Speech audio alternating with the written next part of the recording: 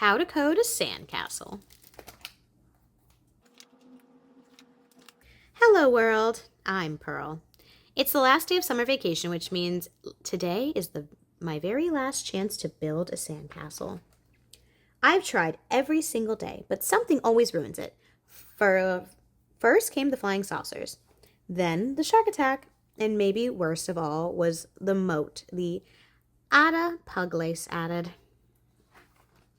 But today, I've got the perfect plan. I've brought my trusty rust-proof robot, Pascal.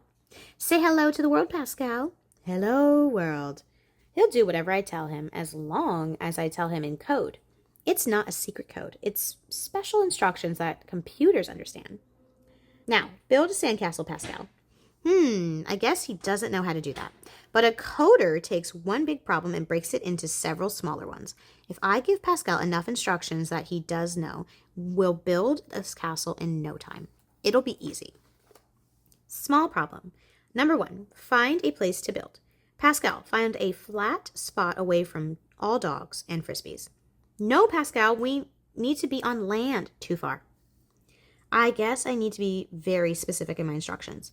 Pascal, find a flat spot on sand that isn't too close to the water.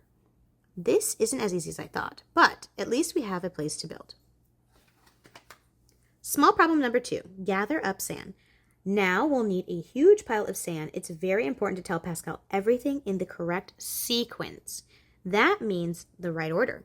1, fill the pail with sand. 2, dump the sand on our spot. 3, pat the sand down. Great job, Pascal. Now let's do it again. Fill the pail, dump the sand, pat it down. Again, fill, dump, pat. This is getting so boring. There must be a coding trick I can use. Aha, a loop. When you need to repeat something in code, you can use a loop. Pascal, loop through the sequence. 1, fill the pail with sand. 2, dump the sand on our spot. 3, pat the sand down. This still might take a while. I'm going to relax while you work. Small.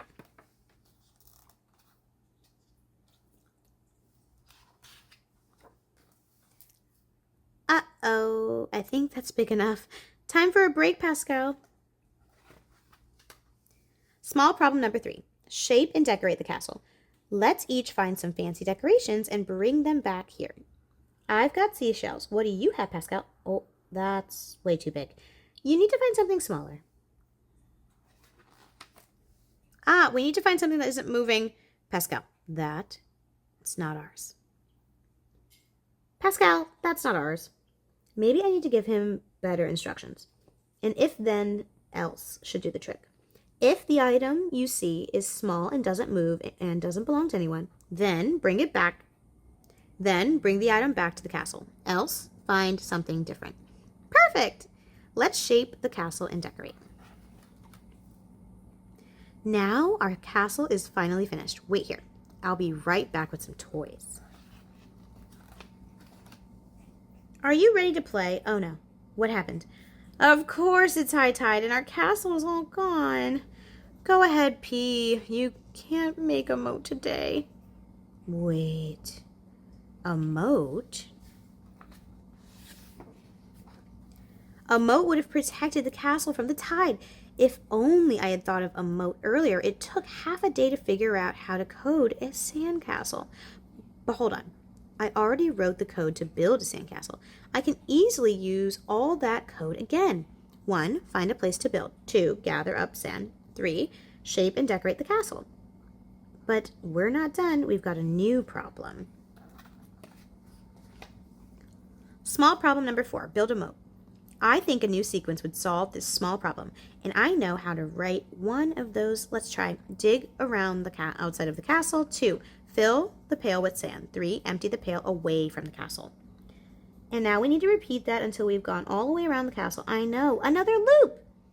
Dig around the outside of the castle. 2, fill the pail with sand. 3, empty the pail away from the castle. That's enough, Pascal. Hooray, our sandcastle is finished and safe from the ocean. Let's play. Hey, Pascal, now that we know how to code one sandcastle, we can code an entire kingdom. Until next time, Bye.